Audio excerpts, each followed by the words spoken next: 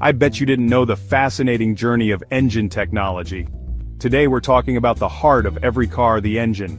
This mechanical marvel transforms fuel into motion, making those wheels turn and propelling you down the road. Think of it as a symphony of controlled explosions, a ballet of metal and fire. Now you might be wondering, how does this magic happen? Well, it all boils down to a simple principle: controlled combustion.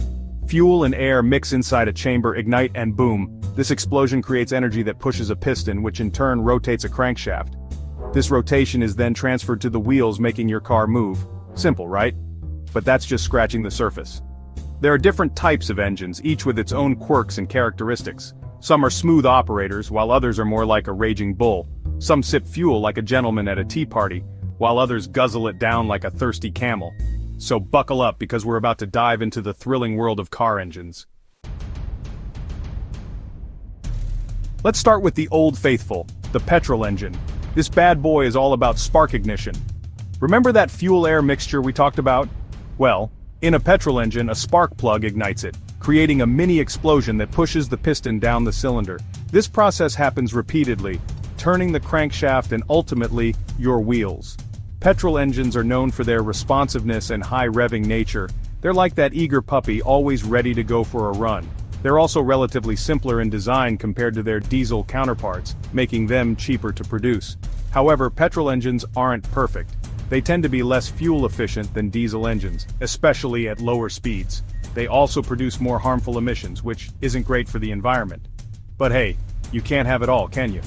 Now, let's dive into the differences between two-stroke and four-stroke engines. A two-stroke engine completes a power cycle with 2 strokes of the piston during only 1 crankshaft revolution. This makes it simpler and lighter, but also less fuel efficient and more polluting. On the other hand, a 4-stroke engine completes a power cycle with 4 strokes of the piston during 2 crankshaft revolutions. This makes it more fuel efficient and cleaner, but also more complex and heavier. Each type has its own advantages and applications depending on the needs of the vehicle. So let's dive into the different types of engine configurations. First up, we have the inline engine. It's known for its simplicity and balance. Then there's the V engine, which is compact and powerful. And finally, the boxer engine, which offers a low center of gravity and smooth operation. Each type has its own unique advantages and applications. Moving on to electric and alternative fuel engines. Electric engines are powered by batteries and offer zero emissions. Alternative fuel engines, like those running on hydrogen or biofuels, are designed to reduce our reliance on traditional fossil fuels. These innovative technologies are paving the way for a more sustainable future. Moving on to electric, hybrid, and alternative fuel engines. Electric engines are powered by batteries and offer zero emissions. Hybrid engines combine an internal combustion engine with an electric motor, providing a balance of power and efficiency. Alternative fuel engines, like those running on hydrogen or biofuels, are designed to reduce our reliance on traditional fossil fuels. These innovative technologies are paving the way for a more sustainable future. Finally, let's take a look at the evolution of engine technology.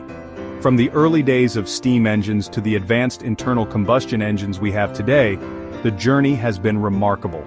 With ongoing advancements in materials, design, and fuel efficiency, the future of engine technology looks promising. It's an exciting time to be part of this ever-evolving industry.